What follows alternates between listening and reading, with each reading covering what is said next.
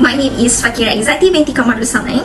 My name is Aina Farhana binti Muhammad Ali. My name is NORFARAH NAJIHAH binti ZAINAL ZAKUAN. My name is NURHIDAYU AMIRAH binti NURHISHAM. My name is ALYSHA IRENA. My name is SOFEAH binti AZHAR. Basically, this newspaper is about allegations in the public procurement in the government sector collude with contractors or suppliers, in which this issue is about the leakage of inside information about projects to the bidder company, leading to cartels monopolizing in certain projects. Public procurement refers to the purchase of goods, service and works by governments and state-owned companies. Corruption in the public procurement is always becoming an issue in Malaysia, as this happens because of the complexity of the process in making the public service to happen, and also due to the close interaction between authorities and companies and the multiplicity of stakeholders. Government procurement is vulnerable to corruption such as price fixing, cartels and more. Corrupt procurement cartels will get worse if this cannot be detected early, making it more difficult for Malaysia to earn the title of a corruption-free country. Therefore, we'll take a closer look at some of the difficulties that have come up in this case. Even Malaysian procurement policies and procedure are good in comparison with the procedure from other places. Undeniable, they are interference of inside people that has interrupted the process and make it no longer transparent. This further evidence from the statement quoted in the newspaper that power and positions of a person, as well as the opportunity and space to commit corruption, are among the main causes of corruption. The inside people usually refer to the local politician and someone who is very influential from the top management. This further supported by former Transparency International Malaysia President Dato' Akbar Sata that said politically connected companies had won contracts through coalitions even though they were not up to the task. In a democracy country like Malaysia, many individuals and organizations in the private sector and business company are actively involved in all aspects of the public procurement system.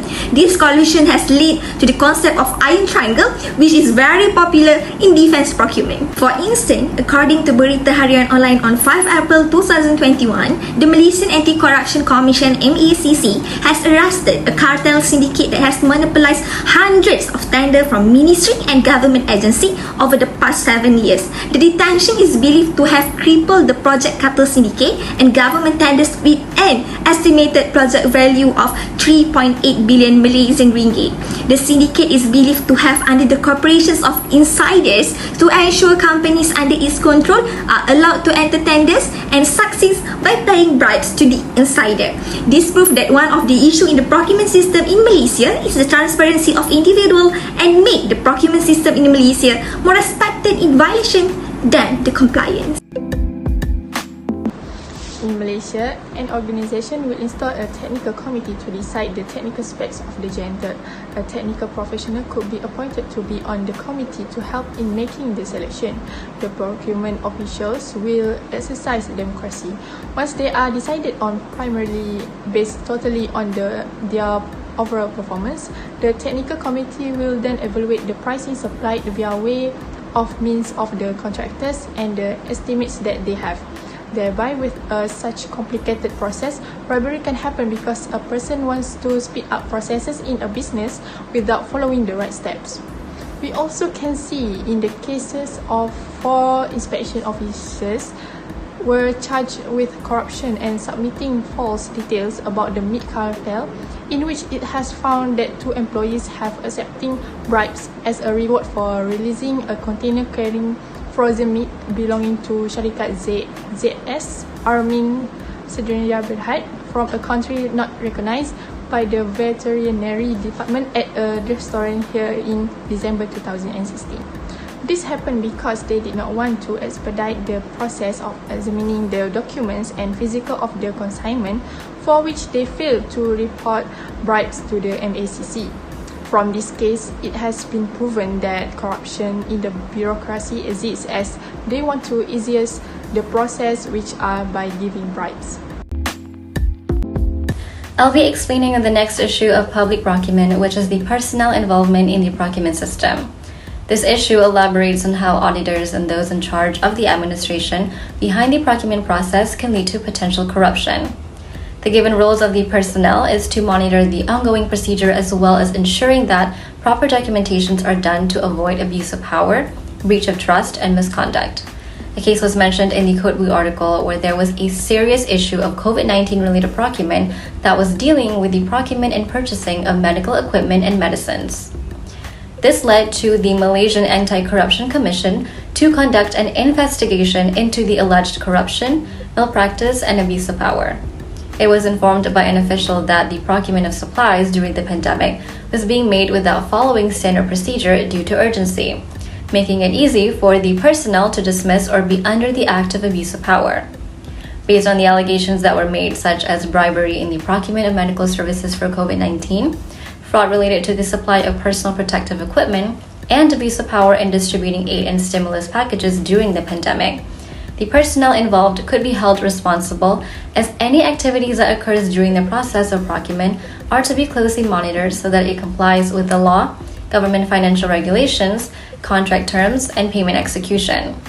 They could also be under suspicion for corrupt practices from inside the governance of procurement, with the intention of overlooking mandated procedures to make a profit for personal interests. This points out that in the procurement system, personnel are expected to carry out their duties based on these standard procedures and protocols to avoid being accessories to unethical conducts. The first concern noted in this article related to the issues of professionalism and ethics, as suggested by the article opening statement disclosing confidential project details to the competing bidder. This has occurred due to the current leaking of crucial procurement information, which should be marked as confidential. Before delving further into the topic, it is essential to comprehend definitions of professionalism and ethics. The comprehensive definition for professionalism, it is ethical behavior in the workplace. Regarding the ethics, it is about the sustaining appropriate standards of conduct in the workplace, especially when no one is looking. However, professionalism and ethics, which vowed to be the pillars of the streamlined procurement process, have been the serious concerning in the procurement, particularly in the relations to the cartel corruption. This is because of a possible conflict of interest caused by the greedy personal money making. This issue is regarded to be serious concern in the cartel procurement, as the news on June 29, 2020 revealed a leak of Pahang water management pipe procurement information. The bidder is provided with information regarding the scope of the job and the cost of the work. In exchange for the information, the criminal received a bribe of 1,500. Through this case, violation of officer's professionalism and ethics is evidence from the fact that he was found to have divulged the confidential information concerning the project. In this instance, it demonstrates that they have already breached the objective line of the regime being implemented, which is according to the Malaysia procurement regime. Objective is should be ensure that ethical procurement being practiced fairly and in a good manner. The first theory that can be related to this issue is fair dealing and open competition. Fair dealing is the rules in which all acceptable bids will be processed fairly based on current rules, policies and procedures. Based on the Malaysia's government procurement regime, there are several processes that need to be completed by ministries and departments to give the bidders a clear idea of what is required or expected in a tender procurement, which the process includes the preparation of tender documents, advertisement of the tender that must stipulate the precise date, time and address to which all tenders must be sent, and charge the unregistered tender deposit. Next, evaluation committees will evaluate all tenders based on the criteria set in the tender document. Furthermore, the agency procurement boards will consider and select the successful bidder, and the selection of tenders will be based on the general procurement principles. Hence, with the practices of this theory and principles, it can ensure the corruption will not occur while bidders have an equal opportunity to be evaluated, and decision making will be unbiased, and there should be no preferential treatment. Open competition is the process of government offering fair and equitable opportunities to all those participating in procurement. To further support towards open competition, based on the Malaysia's government procurement and the registration requirement of contractors, all individuals, companies and corporate bodies intending to participate in government procurement are required to undergo a registration process.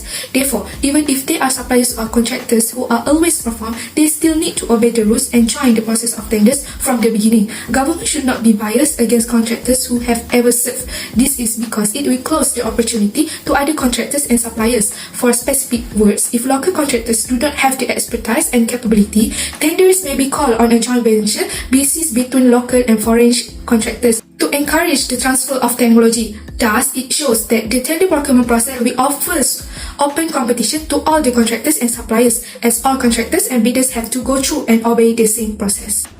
Accountability is a critical component of any public procurement system. The vast resources channeled through public procurement systems face increased corruption and misuse unless transparent and accountable systems enable governments and citizens to engage in mutually responsive ways. Public accountability is an important procurement principle because any decisions made will have an impact on the public, especially since public procurement refers to the purchase of goods, services, and works by governments and state-owned enterprises. Because public procurement consumes a significant portion of taxpayer funds, governments are expected to conduct it efficiently and with high standards of conduct in order to ensure high-quality service delivery and protect the public interest. A relevant act that reflects the significance of public accountability is the Malaysian Anti-Corruption Act 2009. The primary goal of this act is to promote integrity and accountability in the administration of public and private sectors by establishing an independent and accountable anti-corruption body and educating the general public about corruption and its effects. Even though this act severely represents the various rules and regulations to avoid corruption, it also emphasizes on actions that needs to be done by the book to uphold the public accountability that government officials are responsible for when carrying out procurement. Most corrupt cases occurs because of the absence of public accountability that has been entrusted with the government, which eventually leads to unethical conducts. Through this procurement principle that one is rightfully practiced, can avoid many offenses stipulated in the Act, such as receiving gratification, giving gratification, or even intending to deceive. Officials who acknowledge accountability under the Act are most likely to hinder from corruption and abide the policies and procedures. Next is transparency. Transparency means that the information about the public procurement process must be accessible to all parties involved, including the contractors, supplier, service provider, and the public in general, unless there are valid and legal reasons to hold certain information hidden. So the Malaysian government places a high focus on transparency in all its services. This is because the transparency ensures that all parties have better access to information. So according to Transparency International 2006, transparency can be defined as a law, regulation, institution, processes, and decisions that are made available to the public or at least as representative of the public so that the processes and decisions can be monitored, reviewed, discussed, and influenced by relevant parties, and decision makers can be held responsible. Next, this can be seen in the government procurement laws and regulations that require all the government agencies to comply the policies. Hence, during the process of procurement from planning, calling for supplier participation and awarding of contract is governed by Treasury circular and instruction that set out in government procurement policies that need to refer. So this instruction and circular from Treasury outline various procurement method, contractor selection method, and other methods necessary to make a procurement process achieve the objective. Value for money does not always mean that a tender must be handed to the lowest bidder, but refers to the prudent, economical, and effective utilizations of government resources at a reasonable cost. Value for money is a term that is widely used to indicate an explicit commitment to get the greatest result possible for the money invested. Means here, government procurement should yield the best return for every Malaysian ringgit spent in terms of quality, quantity, timeliness, price, and sources. In public procurement, value for money is obtained through pursuing the lowest total life cost, clearly defining significant benefits, delivering on time, preventing waste, encouraging competition, transparency, and accountability.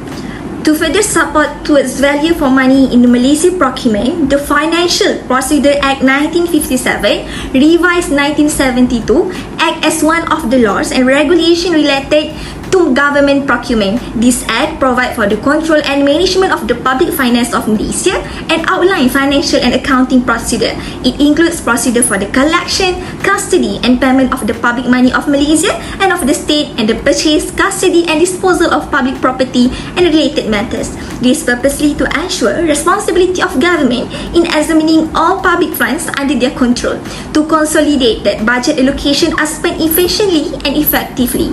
By practicing and instill the importance of value for money to the max, corruption in procurement rates can be slowly decreased. As all parties understand, the importance of every spending, even one cent, must give back to the people and benefit public at large.